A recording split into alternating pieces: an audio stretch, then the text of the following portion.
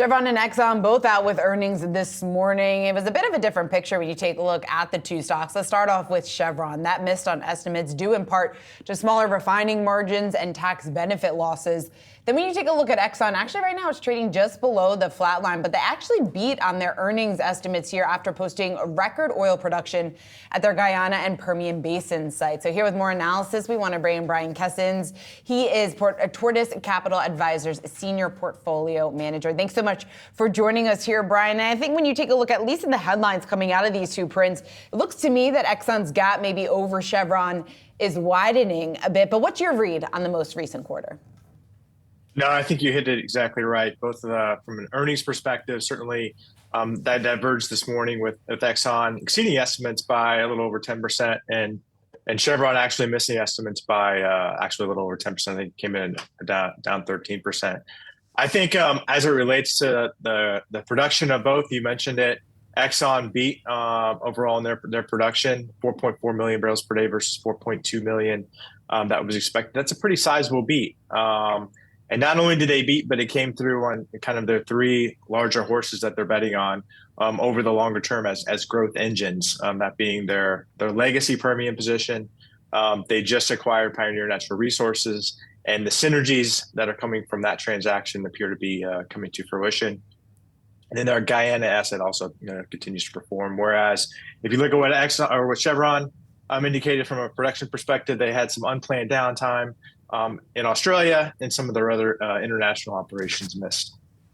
Sticking with Exxon, I'm just curious, how much more upside do you anticipate for the stock here?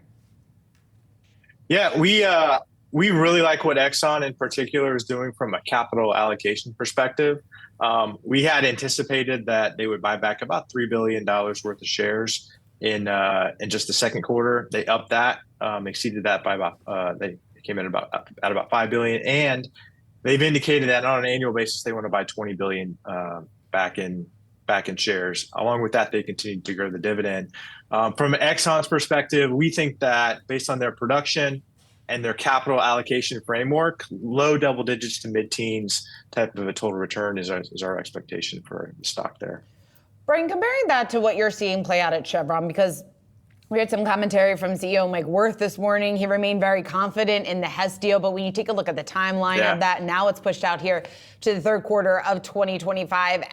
What does that ultimately then do? How much pressure maybe could that potentially put on Chevron's business or challenge its ability to compete here with Exxon, at least over the coming quarters? Yeah, it is a really big overhang for the Chevron stock. Hess obviously is a very material transaction. Not only that, but with Hess, they're trying to pick up another big growth engine, that being Guyana. And just the uncertainty of what ultimately happens with that until that arbitration hearing happens, a little less than a year from now, but next May is a long time for Chevron to be dealing with the Hess transaction. I think from a business perspective, they're best just to keep their head down, fight through and execute on their existing business, and try to put the Hess acquisition aside as they focus on that, and then obviously deal with it when it comes around next May. Right before you came on, Shauna smartly pointed out that Chevron talked about moving its headquarters to Texas from California. Talk to me about how you kind of view that move, and again, what it could mean for Chevron, the stock, moving forward.